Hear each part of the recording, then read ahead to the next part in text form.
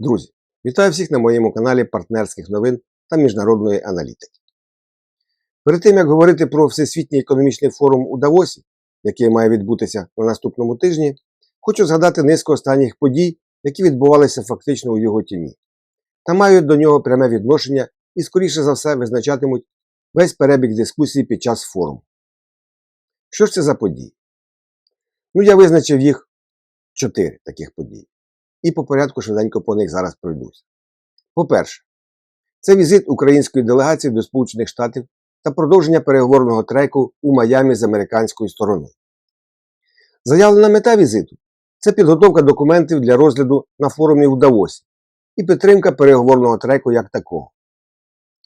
Мова тут йде про мирну угоду, гарантії безпеки, так звану угоду про процвітання України, тобто про надання нам економічної допомоги. По-друге, це фактично підготовка до реалізації, чи, можна сказати так, деталізація певних пунктів останнього варіанту мирного плану, які залежать не від росіян та нас, а більше від європейців та американців. І тут є 2 моменти, на які доцільно звернути увагу. Це Рада миру для України, її склад та можливий мандат, а також прискорене набуття альтернативного членства України у Європейському Союзі, у світлі нових підходів до цієї важливої проблеми. Що стосується Ради миру для України, то ця тема досить цікава. Я робив по ній відео майже 1,5 місяці тому, і це відео було досить детальне. Посилання на нього знайдете в описі до цього відео. По-третє, це тінь Гренландії та пов'язаний з цим тарифний тиск Трампа на Європу. Хоча ця тема згадана і останньою, але вона буде, мабуть, головним спойлером цьогорічного форуму. У мене щось існує таке відчуття, не знаю, як у вас. Далі. Можлива зустріч Трампа та Володимира Зеленського на полях Всесвітнього економічного форуму в Давосі. Це ніби й наостаток, але ця зустріч може стати таким ключовим елементом форуму. Правда, офіційного підтвердження щодо цієї зустрічі поки що ще немає, є тільки намір сам. І все залежатиме від того, які ж домовленості будуть досягнуті у Майамі. Тепер про це все більш детальніше. Щоб зрозуміти масштаб форуму у Давосі та його орієнтовний порядок денний, в принципі, потрібно знати, що тут дискусії відбуваються на 3 основних майданчиках. На політичному майданчику, де формуються такі собі дискусійні тренди. На власне економічному і чисто українському майданчику, який вже став традиційним елементом цього форуму. Згадані питання вони будуть фактично розподілені між цими 3 майданчиками, а десь і перекликатимуться між собою. Тепер декілька слів про черговий раунд україно-американських перемовин напередодні форуму. Почну із форми, тобто розглянемо склад учасників делегації обох, щоб було більш зрозуміло про зміст та можливі результати цього раунду переговорів. І так, від України до складу делегації входять керівник Офісу Президента Кирило Буданов, секретар РНБО Рустем Умеров, лідер парламентської фракції «Слуга народу» народний депутат Давид Арахамія. Військових офіційно до складу делегації не заявлено. Можливо, на експертному рівні хтось і був там, чи є, але на рівні начальника Генерального штабу Збройних сил України явно нікого немає. Президент також прямої участі в цих перемовинах не брав. Скоріше за все, він частину своїх повноважень делегував Буданов. Кажуть, що береже сили для Давосу. Можливо, так воно і є. Не було тут і Сергія Кислиці, який формально відповідає за переговорний трек в Офісі Президента. Від Сполучених Штатів до складу делегації входили її постійні учасники. Мається на увазі Стівен Віткоф та Джаред Кушнер. Але цікавий момент тут знову таки є. Це фігура міністра армії Деніела Дріскола, яка знову з'явилася у складі переговорного процесу. Це жорсткий переговорник, у тому числі з питань військової тематики у першу чергу. Хто його візаві з української сторони, поки що не зрозуміло. Можливо, що російська позиція по мирному плану у загальних рисах доводилася до Буданова, у тому числі й по військових аспектах. Дріскола залучають, мабуть, через його здатність тиснути на українську сторону по питаннях, де, як говорять у нас, прогрес неможливий. Тепер по суті. Заявлена офіційна мета переговорів це доопрацювання двох ключових документів: Угоди про гарантії безпеки та пакету економічного процвітання України обсягом до 800 мільярдів доларів Сполучених Штатів. Про мирний план мова тут взагалі не йде. Від росіян фактично відповіді не отримано, хоча вона є і явною, і так зрозумілою та відчутною для нас. Путін не бажає мирних перемовин та мирних планів. Йому важливий сам процес, а не результат. Нам про це вже починає надоїдати, тому і Трамп заявляє, що Зеленський заважає мирному процесу. Яка ж була мета реальна? Мабуть, з'ясувати, що ж відбувається з узгодженими зі Сполученими Штатами документами насправді, а також, яка позиція Кремля в мирному процесі. Ну, як висновок. Мабуть, значних результатів очікувати не доведеться від цих перемовин. Це скоріше такий технічний робочий візит, щоб відчути дух та ситуацію на місцях. Скоріше за все, відбулося узгодження позицій сторін з метою підтримки діалогу з американськими партнерами в першу чергу. Ну і було здійснено інформування про те, що ж реально відбувається зараз в Україні. Враховуючи участь Арахамії, мабуть, зверталася увага на політичні процеси, в тому числі у Верховній Раді, можливо, з акцентом на майбутні вибори. У разі всіх погоджень Україна та Сполучені Штати на Всесвітньому економічному форуму в Давосі, мабуть, зможуть підписати згадану угоду про відбудову України на 800 мільярдів доларів Сполучених Штатів, яка обговорювалася під час візиту. Чи відбудеться це у рамках зустрічі Зеленського з Трампом? Ну, побачимо. Час покаже. Тепер декілька слів про Раду миру. Під час форуму у Давосі з великою ймовірністю обговорюватимуться питання миру в Україні та ролі міжнародних структур у цьому процесі. У цьому зв'язку ініціатива щодо створення Ради миру може стати однією із ключових тем. Проект мирного плану для України, який складається з 20 пунктів, він передбачає створення Ради миру під головуванням президента Сполучених Штатів Дональда Трампа. До складу цієї новоствореної ради, окрім Сполучених Штатів, можуть увійти і представники України, європейських країн, НАТО та Російської Федерації.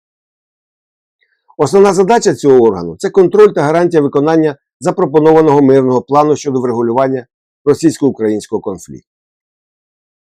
За інформацією поінформованих джерел, вже діюча Рада миру для Гази може отримати повноваження не лише щодо цього регіону, а й стати платформою для вирішення інших міжнародних криз. Зокрема, адміністрація Трампа вона розглядає можливість розширення ролі Ради миру як альтернативи ООН для вирішення конфліктів, у тому числі за межами сектору Гази. Американські чиновники вже запропонували залучити цю структуру до врегулювання ситуації у Венесуелі. Про цю раду я детально говорив ще в листопаді минулого року, коли про неї з'явилися перші згадки. Зараз я повторю деякі основні критичні моменти, які можуть бути цікавими для вас. І так, сам факт відмови від багатосторонніх інституцій по типу Організації Об'єднаних Націй, це все йде відповідно до так званої доктрини Донро, яка відображена у новій стратегії національної безпеки Сполучених Штатів. Тут ніяких випадковостей немає. Тут все робиться чітко, послідовно та логічно з американської сторони. Мирна угода, якщо буде погоджена, вона матиме міжнародний юридично зобов'язуючий характер. Арбітр за виконанням цієї угоди має бути також міжнародно визнаний. А таким арбітром, мабуть, буде згадана Рада миру. Відповідальність за імплементацію мирної угоди буде покладатися на Раду миру та Трампа особисто. І виходить такий нонсенс. Трамп, він ніби вічний гарант миру. Без нього ця Рада миру, вона не існуватиме просто-напросто. Він визнаний її беззмінним лідером. Резолюція Ради безпеки ООН номер 2803 від 17 листопада минулого року, вона фактично підтвердила законність плану Трампа щодо миру в Газі. Ця резолюція, вона головна для Трампа з точки зору визнання Ради миру. Сектор Газу тут як привід сам по собі, він на другому місці. Найважливіше схвалення в історії ООН. Це історична подія, яка сприятиме миру в усьому світі. Так Трамп про все це заявляв. Але у цій резолюції мова йде виключно про сектор Газу. І нас, українців чи України, там немає. Чи буде по Україні нова резолюція Ради безпеки ООН? Чи по Венесуелі? Тут питання залишається відкритим. Рівень довіри та мандат від ООН для українського варіанту Його також немає. Рада створена чисто під президента Трампа.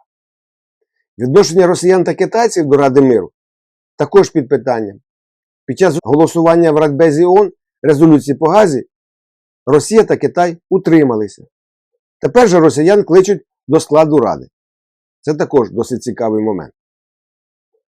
Питання міжнародної легітимності Ради миру від ООН – це основна ціль Сполучених Штатів. Вплив ООН на Раду миру мінімізується Сполученими Штатами по максимуму. Без визнання ООН Рада миру – це просто свого роду колоніальний інструмент для впливу на територію, де вона діятиме.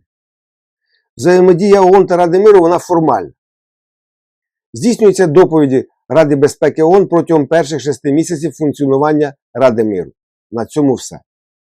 Питання складу Ради також залишається відкритим. Що буде після Трампа, також невідомо. І так, Рада миру вона вважається потенційною заміною Організації Об'єднаних Націй, своєрідним паралельним неофіційним органом для вирішення інших конфліктів за межами сектору Гази.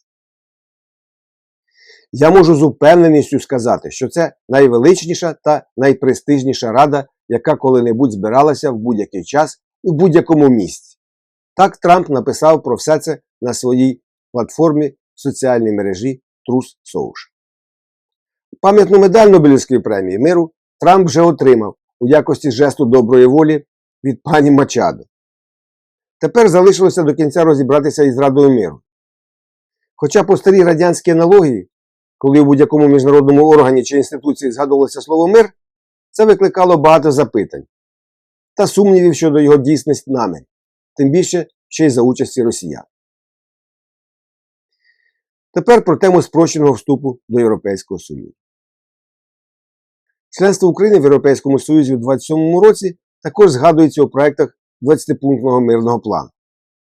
Попередній план реформ, який зараз обговорюється, він дозволив би Україні приєднатися до Європейського Союзу, але зі значно меншими повноваженнями у прийнятті рішень Євросоюзу.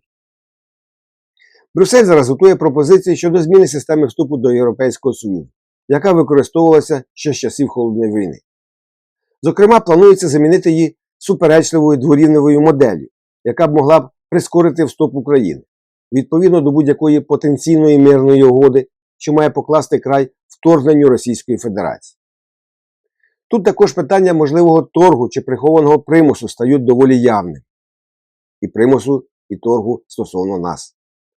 Багато західних експертів кажуть, що якби Зеленський зміг представити вступ до Євросоюзу як позитивний результат, це дозволило б йому погодитися на поступки території в межах потенційної мирної угоди. Ця пропозиція вона викликає зараз багато суперечок і буде, скоріше за все, серед основних тем форуму у Давосі. Деякі експерти розглядають таку пропозицію як спробу підриву ЄС зсередини, чого давно вже домагається Кремль. Таким чином, все згадане можливо розглядати як чергову спробу добитися хоч якогось прогресу на дипломатичному треку шляхом його дискреції, тобто дроблення на низку питань, які виділяються із головної тематики мирного плану та гарантій безпеки. У цьому зв'язку можливо і розглядати цьогорічний форум у Давосі.